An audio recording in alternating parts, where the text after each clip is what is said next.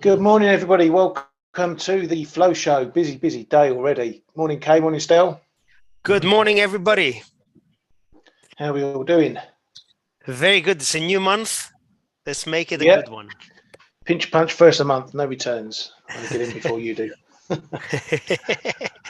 Right, lots to get through to today, so let's crack straight into it. Big day today already, PMI day, lots of stuff going on, big numbers from around the world. Let's start, let's just go through the data, sod it. So CPI, surprise to the downside in Australia. This reverses a lot the prior month, which saw a surprise jump in inflation. It's caught a few on the hop. So inflation down or now growing at 7.4%, much lower than the 8.1 expected, and a whole 100 pips below the 8.4% prior. GDP in Australia positive, but not as much as expected on the quarter, year on year coming in as expected. In Japan, manufacturing PMI touch better, but still very much in contraction. Again, we keep speaking about this divergence between manufacturing and services, which is looking a bit better. Then we drop into China, and every PMI that they want to have a go at is coming up roses. Manufacturing 52.6 versus 50.5 expected. Non-manufacturing services, that's 56.3 versus 55 expected. And the Caixin manufacturing is 51.6 versus 50.2 expected. So all the negativity around the virus wave seems to be in the rearview mirror already, if the data is to be believed. And, virus? What virus? Yeah, exactly. Must have been good for the economy, the old virus. Anyway, that's what's good for China is often seen as being good for the global economy. So, that's going to be translating into risk, as we are seeing in part today. Coming through the rest of the data, regional German CPIs coming out, mostly rising. North Rhine coming in 8.5% versus 8.3 prior. Let's see if it's got the other numbers on there. Sometimes it doesn't. Yes, it does. So see some of the others there, 8.7, up 2 pips, unchanged in Bavaria, unchanged in Brandenburg, a little dip in Hesse, and Saxony was out as well. There we go, unchanged there. On the whole, inflation isn't coming down, and it's coming down in part, but not wholesale, and in some cases going up, just like we saw from France and Germany yesterday. So still sticky numbers coming from there. Just scrolling up to go through the PMIs that we got from some of the countries in Europe. Spain, manufacturing moving into expansion. Italy moving further into expansion. France letting the side down, going further into contraction.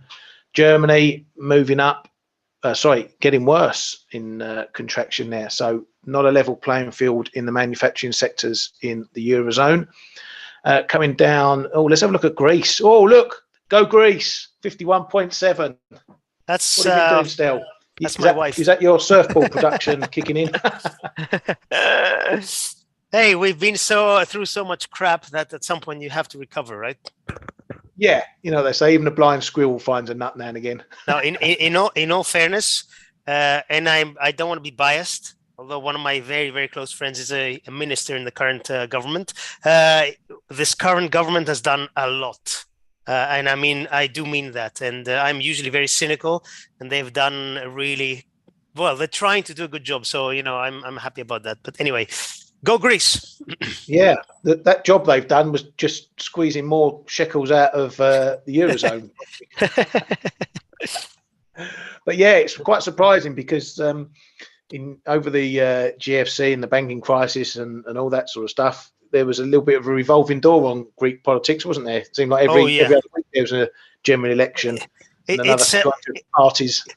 Greek politics has been dominated by two families over the past 30 years, and it's still the current prime minister is the son of a former prime minister, etc., etc. But at least he's educated at Harvard, and he's put together a very, very good team. So anyway, let's Long not may dwell it on last. Greece too long. But yeah, I'm happy about it. Yeah, long may it last, mate. Yes.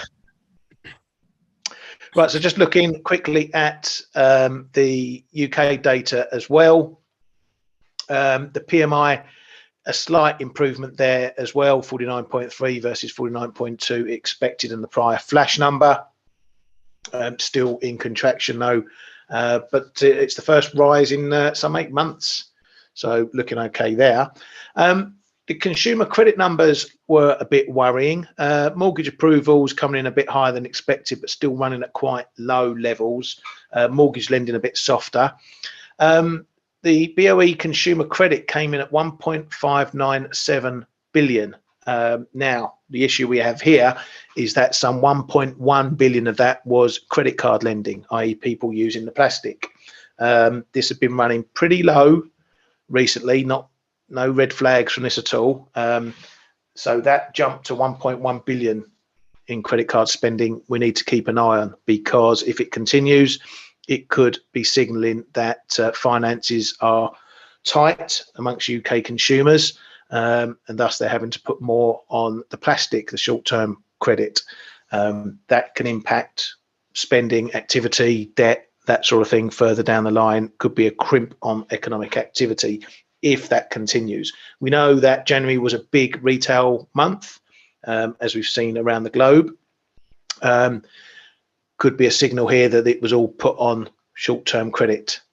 So we just need to keep an eye on that. If we get a couple more readings, plus numbers there, that may start signaling some problems for the UK economy to come. That's it from the data up to that point. So let's go through some of the headlines. The SCMP had a piece out yesterday saying that Beijing's reunification plan for Taiwan is on a fast development track. Now, there's those who may recall, a lot of people are thinking that perhaps nothing will happen until maybe sort of 2027, something like that, in terms of when China will be ready to make a move towards Taiwan. This type of headline will get people thinking that may come quicker than that. It's all playing into the geopolitical tensions going on between Russia, US, China, Ukraine, Taiwan. It's all bubbling away still. So that headline, not good for that situation. Over to the Bank of Japan, and Nakagawa said it is important to keep supporting the economy with easy policy for the time being. The recent rise in inflation has been driven by a spike in prices for a handful of goods, which will likely clearly slow their pace of increase. So again, following the party line for now, that easing is good and that inflation is temporary. We shall see. BOE, Elizabeth Mann said lower energy prices might push up consumer spending. Well, not if everyone's spending it on the plastic, it won't, as we've just seen, potentially. Bailey was just out, and he's getting some splinters from sitting on that fence about rate hikes. He said, I would caution against suggesting either that we are done with increasing the bank rate or that we will inevitably need to do more. So we could hike or we might not hike more. And then he said, if we do too little now, we risk doing too much. If we risk doing too little now, we may need to do more later. So he's thrown out some dovish comments and some hawkish comments, just making things, as usual, a big old mess as to try and understand what the hell they want to do. But as Kay will no doubt point out, Bailey's spoken, the pound has dropped, regular as clockwork.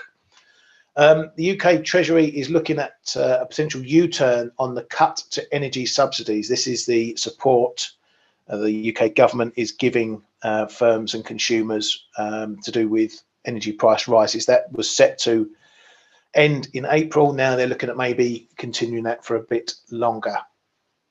ECB's Wojcik said inflation is looking quite persistent. Companies are changing prices more frequently. ECB's Muller says expectations of rapid ECB rate cuts is wishful thinking. Germany's ECB's Nagel said further significant rate hikes beyond March may be needed. Rate cut talk is a non-starter until sufficient evidence of underlying inflation drop towards targets. She favours a steeper reduction of the APP portfolio from July. On the ECB, gold is expect the ECB now to hike 50 BPs in May versus their prior estimate of 25 basis points. They also raised their ECB peak rate to 3.75 in June versus 3.5 previously. So everyone getting more hawkish over there. Canada data from yesterday as well. Let's go back. GDP a little disappointing. There we go. There we go. GDP a little disappointing from Canada. Quite a sizable miss on the quarter. Came in flat. It was expected to rise 0.6%. The annualized number as well coming in flat, and that was expected to rise between 1.5 and 1.6% prior. So a bit of a soggy end to the year for Canada. Some house price data from the US came out. The monthly numbers all pretty soft, coming in negatives yet again. The yearly counts for the S&P 20 City came in at 4.65 versus 6.76 prior. The national house price index was 5.76 versus 7.62 prior. The F.A.C.E house price is 6.6 versus 8.2 prior. Those are the year-on-year numbers, so indicating a slowdown in price rises coming into the US housing market, no doubt as rate hikes are biting. US consumer confidence was out yesterday and bucked the trend really. We've been seeing some positive data at the US fueling those rate expectations and hawkishness from the Fed, and yet it dropped to 102.9. Much worse than the expected 108.5 and down on the 106 prior. Those all-important inflation expectations, one-year CPI expectations came at 6.3 versus 6.8 prior, although that was revised down to 6.7. So consumers also feeling that inflation may be coming lower, although still running at a higher rate. So that took a bit of a steam, let the tires down on the hawkish expectations for the Fed on those numbers there.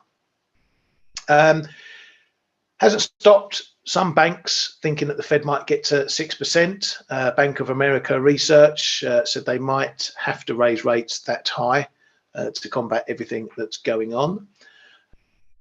Target, a big retailer in the US, has apparently announced plans to open 20 new stores and invest 4 to 5 billion this year. A big headline, that one, considering they're in the retail sector, and that they're going to be increasing stores by significantly and putting a lot of money in. Firms can tend to dry up on the capex spending if they feel the economy isn't going to perform, but a bit of positivity seen by Target for those plans there. And US Secretary of State Blinken said we will not hesitate to target Chinese companies and individuals who violate our sanctions on Russia. So further warning there about China potentially meddling in the Ukraine situation by providing arms or getting further into bed with Russia. That situation not going away. There you go. 15 minutes, all those headlines. Right, you two, anything you want to pick out the bones of that lot? Well, you covered it as always. All I want to say is that yesterday's numbers are definitely a step back for the Fed, or if I put it another way, an extra excuse for them to be less hawkish. Consumer confidence is a number that we know they pay extra attention to, and that was a big drop. And the Richmond manufacturing numbers were really not good either. We have non-manufacturing ISM this week. Is it today? No, it's not today, is it? Oh, Yeah, ISM manufacturing today and yeah. non-manufacturing tomorrow, or something like that. These are going to be very important. But we've said it before. The U.S. economy is doing okay still, but the main part where it's doing okay is employment. And there's all sorts of caveats and details that you need to dig into that. And there are many factors that show that the quality of employment is dropping. But in any case, the US economy is still not doing bad, but we are seeing signs of the tightening slowly taking effect. And you can bet the Fed knows that. So, I think every opportunity they get, they're going to use to kind of calm markets down. They don't want to have a market crash. Definitely, we've come down, 20% from the highs in the S&P. So, for them, an orderly move lower is desired. And if numbers continue to show mixed signals, they're going to adjust accordingly. And so, I just wanted to point out that yesterday's numbers are not to be, frowned upon. They're not to be saying, yeah, no, don't worry about those. I think they're important. And this week's numbers are important as well, because they're very, these ISM numbers are leading indicators that, they can move markets. But, apart from that, I think you covered pretty much everything. Do you think it's perhaps a little bit of a reality check that not to get too far out your pram on hawkish expectations? Yeah, and also look at real rates, right? If you look at core PCE, we are basically at going to positive real. Are we already at positive or almost at positive? So that's what the Fed wants, and the Fed want to keep real positive rates until inflation comes down. And as long as the path is lower, I think they're going to just keep doing 25, 25, 25. I think they're probably going to do a little bit more than the market expects and stay there for a little bit longer. But, I really don't see any reason why they're going to start doing 50s unless we see CPI, starting to go up in a big way. So yes, a little bit of a reality check, something for both sides over the past few weeks in terms of data. And, we keep going. Yeah, no, exactly. And one of our guys in our chat room this morning asked why is the dollar soft even though US rates are holding up? And the simple answer for that is we've obviously got some risk on with the stuff that's happened in China, the positive data in China. But even so, the rest of the data in Europe, those PMIs improving, inflation in Germany staying up, inflation yesterday in France and Germany going back up. We're playing in Europe the same game now, the higher for longer game that we've been playing in the US for the last couple of weeks. This is a bit of catch up on the European side. We've had a bit of repricing of the US, yields going higher, Fed expectations going higher. Now we're getting the same in Europe and the UK. It's their turn to do the same thing. So all yields are holding up. But we've moved already significantly on the dollar. Now we're having a little bit of a move on the rest. And obviously, if euro's being bought, if sterling's being bought, that's going to affect the dollar half of the trade, because that side's already been done. So that's why there's a bit of disparity with the dollar. It doesn't mean the dollar's dead and buried. It just means this is now Europe's turn and UK's turn to play a bit of catch up in that higher for longer trade. Kay, what did you make of that data from China? Surprisingly strong, really. Again, we have to. Okay, let's take it for face value. They are strong, and that is one of the reasons as well that euro is stronger, because the market perception has been and is that Europe is perhaps a bit less anti-China than what may happen in the US. And as a result, we are seeing the euro actually benefiting from better data in China as well. But that, I think, is just some form or only a small part of what's going on. We've seen the market being very surprised by it, because dollar China was what, 6.95 going to bed, and we wake up at 6.90, and now we're below 6.90. So it really comes as a bit of a surprise. Remember also that, let me just recheck, those are January data, right? No, February. Okay, that they must have been coming out of their COVID situation much faster than people expect. Now, yeah, they are a bit surprising, and as I said, yeah, that also plays a part in the euro. Together with the yields, and I'll show it a little bit later, European yields are really pushing towards decent levels here, and a break in lower in bonds, higher in German yields, because these are the main benchmark, could put even more upside pressure on the euro. And then as already said, we have to take it in. We have to take everything in combination, right? We've said yesterday that or in the chat rooms that those numbers in the US were not really nice, but we were in full end of month swing, and despite those numbers being weaker, the dollar got bought towards the end. The 4 p.m. fixing, the end of the day, people seemingly needed dollars. So and we are seeing a bit of counter effect of that as well this morning. So there's a lot going on, despite U.S. yields not moving, and that in the rest of the stuff. So yeah, I think that explains where we are now. So back on those data, yeah, I think it's a tad surprising. It should be positive for stuff like commodities, perhaps a bit of oil, even though that is not responding at all. Yeah, it's let's say it's like one number, but it's taken the market on the wrong foot, right? And so now we need to correct again.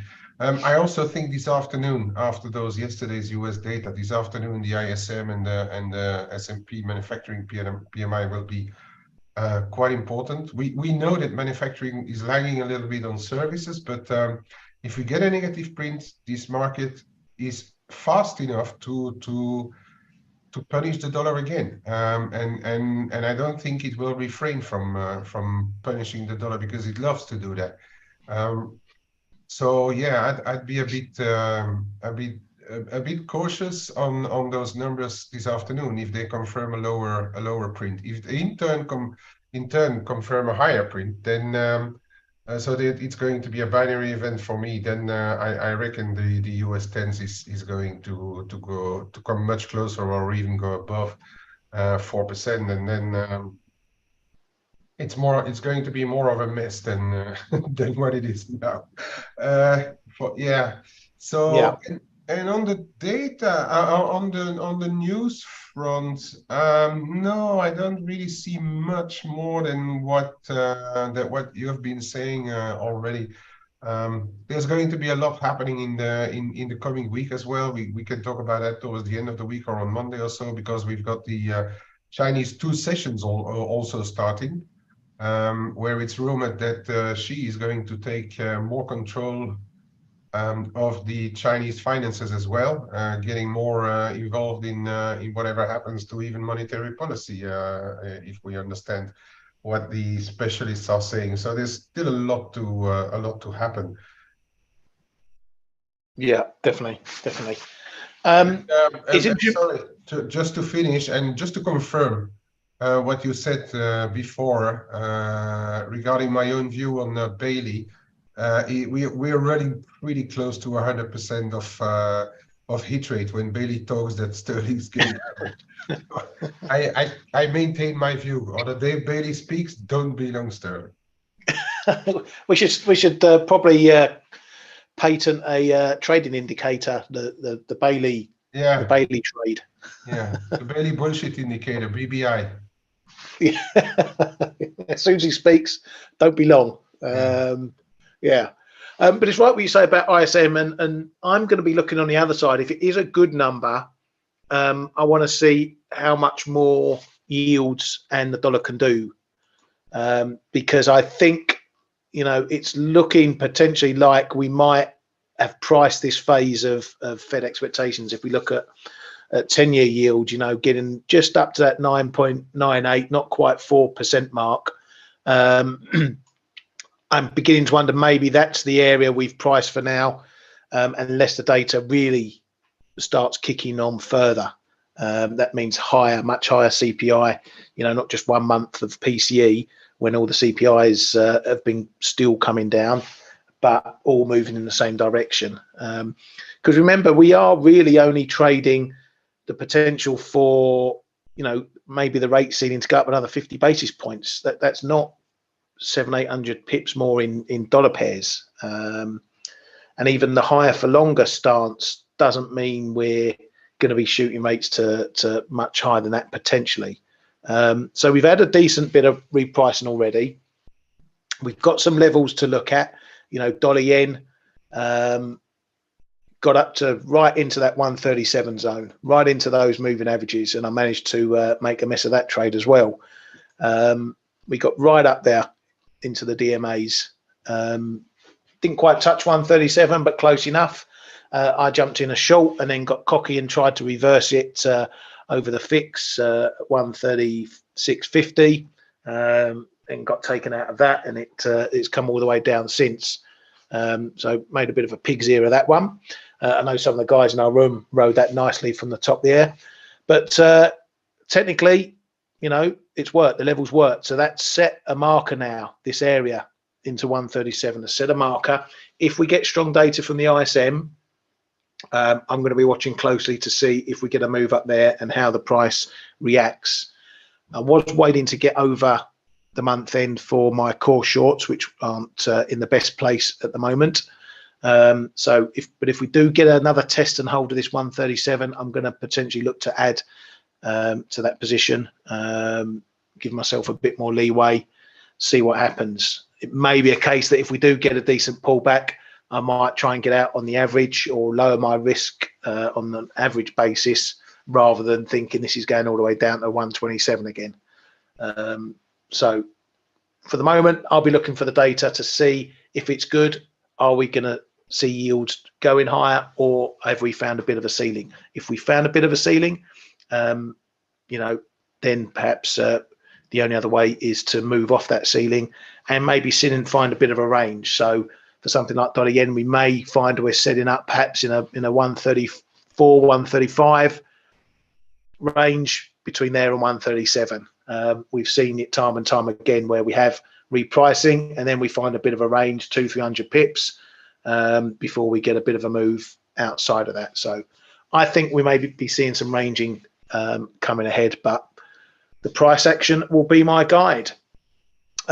Kiwi, that break that I had of 0.62 has gone on the stop. We got back above. I did add into this area here, got taken out this morning in the break back above. So this for now is looking like a bit of a short-term fake out. Similarly for the Aussie dollar, had another look at that 67 handle and couldn't break it significantly anyway, or get underneath it, and a decent bounce up, but we're back up to a former break point as well and not getting through that at the moment. That old fib 38.2 that we were all watching on the way down here is now coming in as resistance. So this one is definitely not out of the woods from the bearish pressure. Until we get above 68, it stays bearish for me, at least in the short term. As mentioned, that Chinese data has seen a big pullback in dollar yuan. That is now going to likely become a significant top, as we knew it was potentially going to be anyway, into the 7 area. Again, my longs that I took on the breakdown here at 680, I've been hit on my trailing stop 689.50. I'm not going to complain about that, of course, because I was taking it out way up here. But for now, I'm neutral on trading this one. If we get a move back to 7, I'll judge the price action. That's potentially a place to go short. I'm not inclined to really mess around in here until perhaps we get back down towards this 679.80 area. See what happens down there. If the data is turning positive, this could be just as much a one-way train down as it was a one-way train going up. So I'm neutral on this one. Wait to see if we get a move to any of the edges. Stel, you wanted to show us your magic this morning. I believe. Yes, sir. By the way, you said a price action is your guide, right? Mine is the force. Yep. By the way, very, very quick joke. You heard the one where there's Luke Skywalker and Obi-Wan Kenobi eating in a sushi place, and they're trying with the chopsticks. Obi-Wan is really, really good. Luke is like all over the place, can't use them. So Obi-Wan turns to him and goes, "Luke, use the forks." Oh, bad joke. Sorry. Okay. Come on. I apologize, folks. No? I should stop the show now on that. Shoot me now. Okay, right. Let me take over the screen. Ryan. Yes, mate. Have a word with the editor, please. Once we are done, to cut out 30 minutes to 31st minute. Yes. Yeah, we'll edit that out. Definitely. All right. So, quick view at markets from my point of view. I obviously don't look at intraday charts. I look at dailies and weeklies. But as I said before, I think yesterday's numbers will give the Fed something to think about. But for me, the big picture still remains the same for the moment. That is that we are probably going to be going higher in yields for a little bit longer. The market's already pricing higher rates for both ECB and the Fed, and for longer, and I think they're going to continue to do so. So what I think is going to happen, I think 10-year US is going to break above, and look at this, if we go to something like the 4-hour, it's a very, very nice kind of consolidation. It's a, I'm not going to draw it perfectly, but come on. Sorry, let me take out the magnet because it really annoys me. So something like that, and I think we're going to break higher, and once we do, I think we're going to be retesting that 433 higher. I've been talking about that for a while. Now from that point onwards, it's anyone's guess. I think if we do break out higher, I said this yesterday, we are going to, obviously for technical reasons, I think new longs, stops, etc. We're going to push towards 450, 460, but I think that's going to be the last terminal move because these high rates and the tightening are slowly taking effect in the economy, and things are going to turn, and they're going to turn in a bad way, and they always do. When there's a hiking cycle, especially if there's a fast one like this one, it always catches up with the economy. And if you look at the average consumer, well, disposable income is being drained. All the gains in excess, I don't want to say, I was going to say excess reserves, but cash flow that people got in from COVID and handouts, that's all gone now. And credit card debt is at, if I'm not mistaken, all-time highs in the US. This is not healthy. Remember, credit card debt is, it's 15, 20%. It's costly. So my view is that the average consumer is feeling the pinch. Everything's getting more expensive. Wages are also going up, but they're definitely not keeping up with inflation. And that's a fact. So it's tough. Plus, if you add the fact that housing has already turned, mortgages are higher, so there's more supply, less demand, et cetera, house prices are going down. The wealth effect is being felt in the wrong way. So the average consumer is having issues, and I really can't see how the economy is going to keep going from strength to strength on fundamentals like that. So my view is we go higher in yields for the short term. This coincides with a, logic says it coincides with a risk-off move. We have already seen a move from the highs in the S&P. Oops. Actually, here are the highs. 4,800. We're back down to 4,000, up from the highs. If we do get up to 430 odd in a 10-year, I think we can pretty much assume that we're back to 3,600 in the S&P. I'll be really surprised if we're not there. The first target is 3,800 for sure. We're, as I said before, I know I keep repeating myself, so please, bear with me, but my charts don't change from one day to the next. So we have some DMAs here, which are pretty important. We're fighting with these. If you can see, we're trading between these two. There's a trend line as well. Once we break that, it's 3,800 and then, back to 36. And that will be a pretty reasonable pullback for the S&P if you look at what we've done since COVID. And even pre-COVID, I've been talking about pre-COVID highs for months and months and months. I think that's a place where the Fed just says, right, that's it. Back to QE, back to cutting rates, back to whatever they can do. And I know it sounds a bit crazy, and people say, no, they're not going to do the same. I think they will. So that's ultimately, yep. On this S&P. Yes. And you just spoke about this 2019 high on the S&P. Okay, there's a perfectly good explanation why it's holding up, because there's a lot more liquidity in the system, etc. Yada yada yada. But in psychologically, don't you think it would be taken as I'm not going to say a victory for the Fed, but a kind of okay management of the asset value situation, if despite assume that you're right and we're going back to 430 on the 10s, for instance, that's going to weigh on the equity markets. So assume that we stop in this 35-36 zone, 3500-3600 zone. Don't you think it's going to be taken as a small piece of victory for the Fed or the market to be able not to go below those 2019 highs? Absolutely. And also not just the level, it's the way it's getting there. It's very orderly. I think if I was Jay Powell, I would be very happy with markets. Even if we get to 38 or 3600, I'll be very happy. It's a very nice retracement. But having said all that, think about how much money was poured into the system since 2020. So, with money supply being unchanged, it would have been a very nice retracement. Of course, it's a victory. But if you think about what a dollar buys you today versus even 2 years ago, 3 years ago, it's if you adjust it for that, then it's obviously a bigger drop. But in nominal terms, yeah, of course. And the way it's getting there, I think Jay Powell would be very, very happy, and I'm sure he is. Yeah. Yeah. Yeah, and if you scroll even further back, I mean, and don't forget we have QT running in the background. Of course, and they're doing all that. They're doing QT. They're unwinding balance sheet and everything, and the market's not crapping the bed, which is a victory. Yeah, definitely. Yeah. Now, if we do get, if you do get a sharp move, especially if you get down towards those pre-COVID highs, I think that the Fed is probably going to panic a little bit. But it has to be a kind of capitulation move. If we keep going slowly like that, it's like the boiling frog, right? It happens slowly, and you don't realize it. But so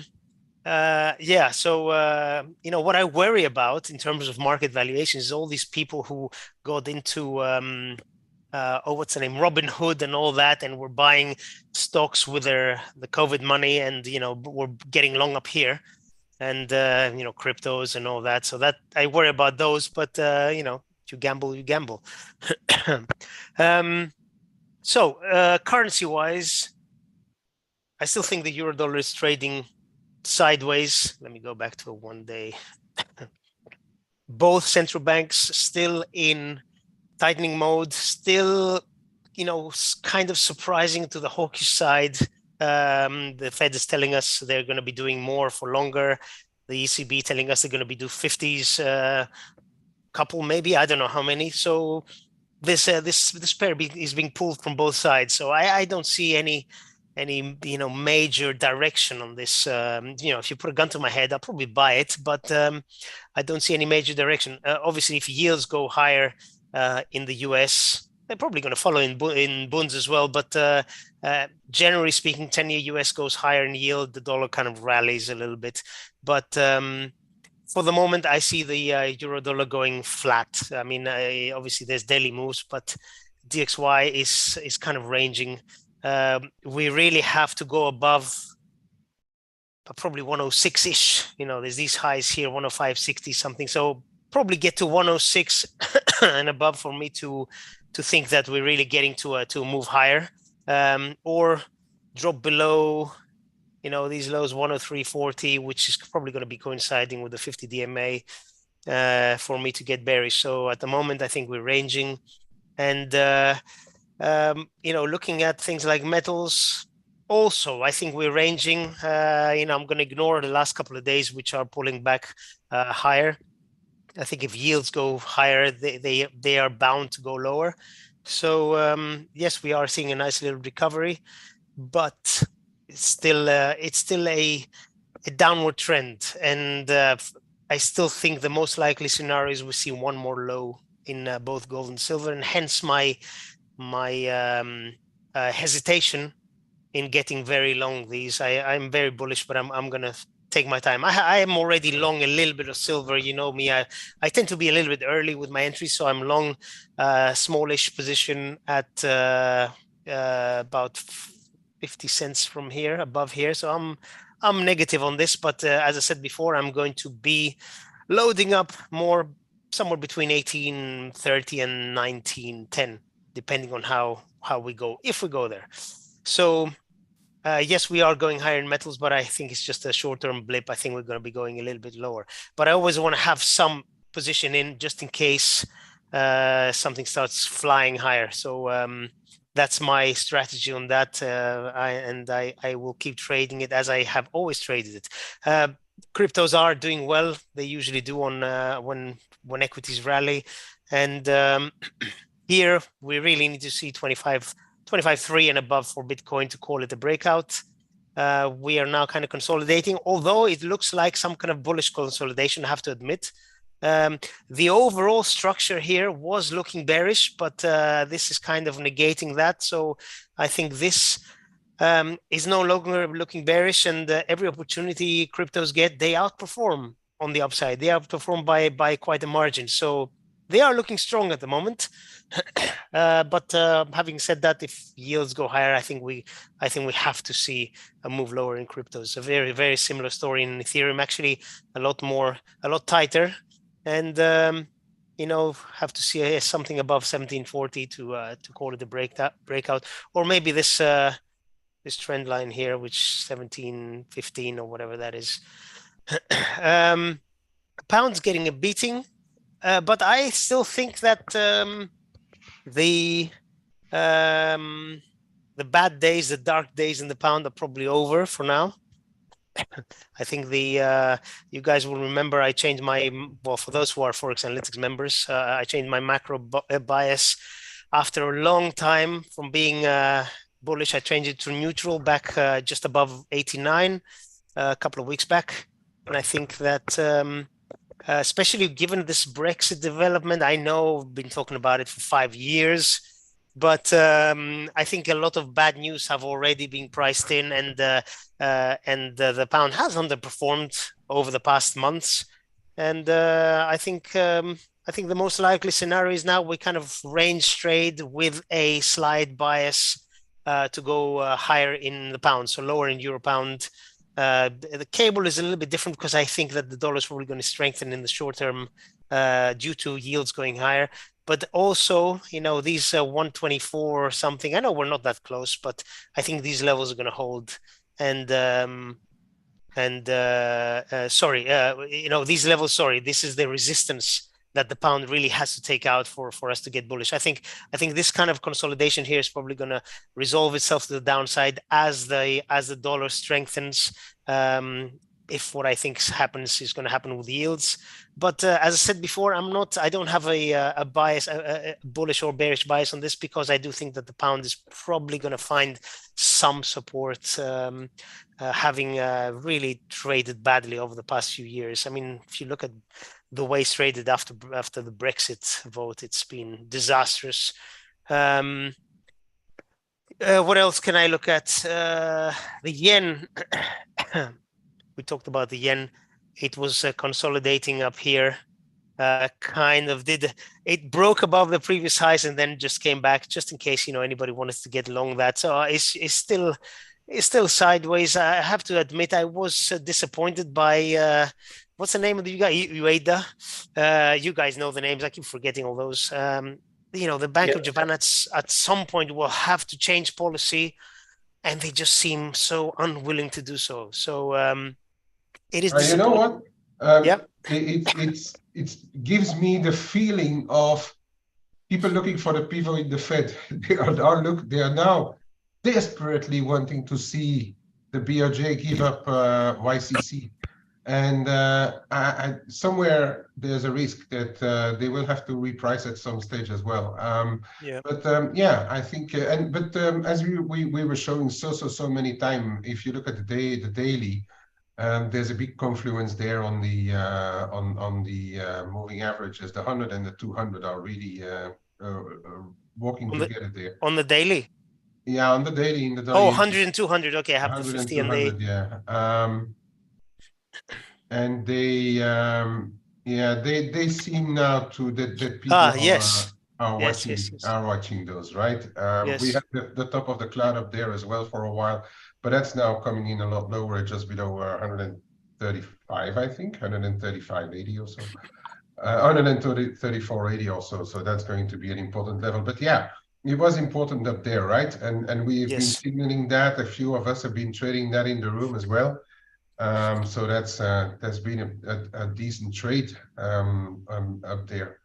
Yeah. The other one I always look at is dollar mex, and that seems to, well, it seems to be breaking again. I don't know what to do that. It has such great carry to be short this, but I'm scared of shorting the dollar at the moment. So I may have missed this. I don't know.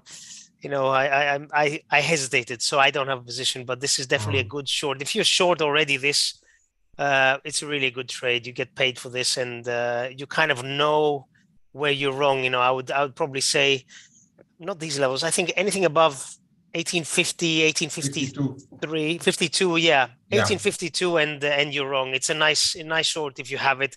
I've been talking about it, and stupidly I haven't done it. So there's a trend line coming in there as well around, like a wedge trend line coming in there as well around it, and that's around 1852 right now as well. So okay, it's a decent level to, and that replies actually to the question that somebody Abir had on. Is it ripe for a long, the dollar mix? Well, if you look at the global picture, Abir, I hope you have a really good butcher's glove, because it's any other glove could be pierced quite easily by this knife. So yeah, I don't think it looks ripe for a reversal. It doesn't look like it, yeah, right? And you got to watch the carry as well. And the carry, yeah. But it depends what you want to do. If you want to buy it for a couple of hours and not having to worry about the carry, it's okay. But also don't forget we are Wednesday, and if you're long for more than just intraday, you're going to pay 3 days of carry. It's T+2, right? Yeah, so it's 3 days carry. Yeah, you're right. Yeah. Okay. All right, that's more or less what I had. I know I repeat myself sometimes, but hey, that's the way I look at markets. So I apologize for that. So I'll pass it back to you guys. Yeah, no worries, mate. And probably worse than your joke, Alan called you Steve earlier. Oh, that's I take that as a big insult. No, I'm kidding. I love the guy. He's actually not feeling very well these past few days. So yeah, a bit under the weather. I might go over and see how he's doing. Anyway. Yeah. But he was talking about the S&P, because obviously he sees 10 years up here, he sees the S&P's down at around 3,000-ish. I think my only response to that is yields are here and we're not down at 3,000. I think the price action says it all on that one. I think he meant if yields go to 430. Oh, if yields go to 430. Yeah. Okay. Yeah. Right. Well, I'm sure we'll hear from Alan anyway. He's in our chat room. He'll put us right one way or another, I'm sure. Right, Kay. Well, still cover most of the majors, so you know. Yeah. You've got to look perhaps we can, if you want, I can show just a quick few crosses or so today. Yeah. I'm just going to quickly show the intraday dollar yen, because there's a little bit of a support right around here, right around this 50.60 on the dollar yen, and we are trading bang on it right now. And I'm also seeing that the US 10s are shying away a little bit. And I was saying this morning, this this ISM is the markets are nervous one way or the other, because we see it from the amplitude of the moves that we can see. There's absolutely very little reason for the dollar yen to come off 100 points or to go up 100 points at the start of our day, but yet we are doing it. So keep a close eye on this one, and just for the intraday. And then the one that I was showing, the cloud here is around it's a 134.75 today. So if ever we get down there, this is something that's going to be watched by the Japanese. Yeah, just wanted to go over a couple of those crosses.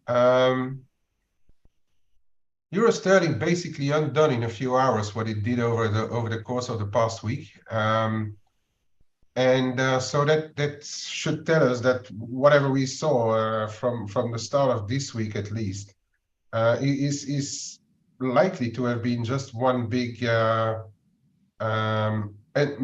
of month trade.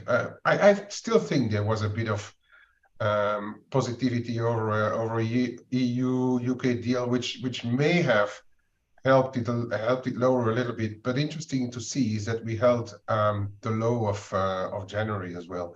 So well, this low at least. And now we're already spiked higher. We've broken back through all the short-term resistances already, and we are close to the 50% of the move from those latest highs back down. Simon in the room also showed 61.8 of this move, so it's all happening around this 88, 60, 67 in euro sterling. If that goes, we're probably looking at a move back into this 89 area. Another one that I would look at this morning is Euro CAD, and yesterday I bought this one. At the end of the day, we had the spike, then it came back down on the fixing, and as we've been highlighting already, this 144.5 is 44.40, 40.45, and then we have a bit of a trend line here. But over the course of the past few days already, it's showing a bit more elasticity, or is a wrong word, but a bit more positiveness here, and we've been saying that this level, the more you retest it on the top side, the more there's a risk that it gives way, and this is what it's apparently doing right now. As usual, I've already managed a bit of the position because I usually do it, and so I make the trade as free as possible, as soon as possible. There may be a little bit of resistance coming up here around 145, 10.15, but I'm expecting now this 144, call it quarter or half zone to come in a bit bid. And I would say, and people, regulars of the show know my my style of or way of sometimes using correlations between the American bloc and the rest of the world, especially Europe. And I think the after the Canadian data yesterday, even if they are backwards looking, right, for December and last year, but the Bank of Canada being already a little bit more mellow lately, I've not been that bullish on the Canadian dollar either. And if we get a bad ISM later today, this could actually move a little bit higher, not only on risk off, but also on this consideration of the Americas bloc versus the rest of the world. The last one here. Just on that EuroCAD. Sorry? Just on that EuroCAD, obviously Yeah, keeping an eye on that big top side area. Would you flip it around up there? This one? Yeah. Yeah, we have to. You have to try it, right? At least short term. You have to try it. I think it's strong enough. It's been showing up so many times. There is definitely interest up there. So well, I don't know if that interest is now gone, but I mean, technically somewhere, unless we are seeing the Canadian, as I've been saying as well, we're data dependent. I am data dependent, really, and I've been saying that for a couple of days or a week now. I am going into data dependent as well mode. If Canadian data start to weaken materially, and European data are holding up, then this thing is probably going to be toast sooner or later. But in the meantime, technically, it's such a big area that perhaps you go like just a small short and then double up if it on the other side if it breaks. That is how technically one would trade it, right? Yeah. Last one I perhaps on the day that I want to show is this this Aussie Kiwi. This is the divergence trade we've been talking about, and I really missed it, and I didn't have the I don't know actually why I haven't been trading it. Perhaps because I was also looking at that break in the Kiwi dollar sub 62. I think so. First of all, the wedges ranges have broken, and then we had this acceleration. This is really the RBA, RBNZ divergence trade. Australian numbers are not great, and it's actually a bit surprising that we are trading at the lows, because good Chinese data have traditionally been good for the Aussie dollar. Now we have it on you can see it on the Aussie versus the US dollar, but the Aussie on the cross side is not strengthening at all, not on this cross nor on other crosses. So we have a little bit of a zone here at 108, but then I'd advise people to be very careful if ever this comes into play. 107, call it 0545. That to me is going to be a big zone. Lots of high lows here in the past. Keep a very close eye on what's happening here. It could be enough, because if you have like 1.5% differentials in interest rates, it's valid for a move, but at some stage the move will have played out, and I would really be careful, and I reckon it's probably the width of the channel as well. If you think about it, no, it's probably no, that's already done. But this is a big zone that I'm going to pay very close attention to, especially also listening to what's happening between China and Australia on the coal situation and everything. Really, I'm going to. It's enough for today, no? I'd say watch out though for what's going to happen on the euro dollar. Now, and the European yields are pushing higher, and we are pushing again in the short differentials, and that's one of the main reasons why euro dollar is where we are. We're starting to push up against the traffic zone box. We have been. This is inverted, okay? So the higher it goes, the better it is in theory for the euro, because the less interest rate differential there is between the short-term euro and the short-term dollar. So we are nowhere near where we were when the euro was trading up at 110. But keep an eye on if those differentials continue to narrow, and that's also why I think the ISM and the PMIs this afternoon could have an impact on this one. And this is the Bund, not the Bund. These are the German 10-year yields. If you look at that, we're pushing up against highs here, pushing up against extension, pushing up against the latest highs of the channel. So if this holds up together with the short term, and you can overlay different currency yields, right? Like Canada, for instance, the Canadian yields have had the tendency of getting a little bit heavy, and the European yields are pushing up. So that is also pushing the Euro Canada up. And I tend to look at yields a lot. So keep an eye on this one. If that pushes through, that should really put a bit under the euro as well. And you know, we were talking, that's really the last one I'm going to show. We were talking about this euro dollar in the 104 zone.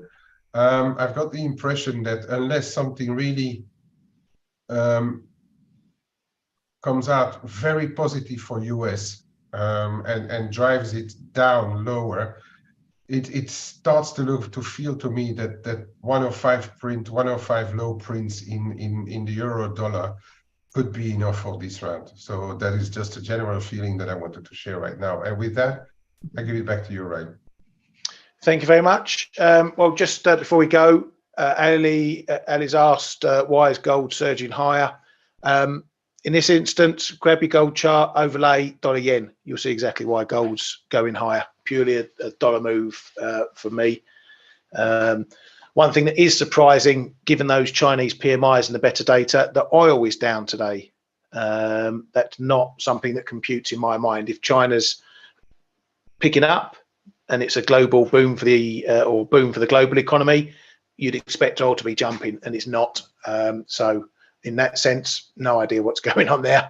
But for gold, Ali, just have a look at the dollar, overlay dollar yen, and you'll see exactly why gold's moving back higher. Anyway, that's it for today. Thank you very much, as always, for coming to the Flow Show. Watch that data later on. It could be a decider for what's going on with the dollar. The mood today is we're dollar bearish. So if that data sends a dollar higher, that may be something to look at for a fade. I'm certainly going to be looking at it from that aspect myself. Until tomorrow, boys and girls, have fun. Thanks to Kay and Stel. We shall see you tomorrow. Thank you, everybody. And I promise no more bad jokes. I can't make the same promise, sorry.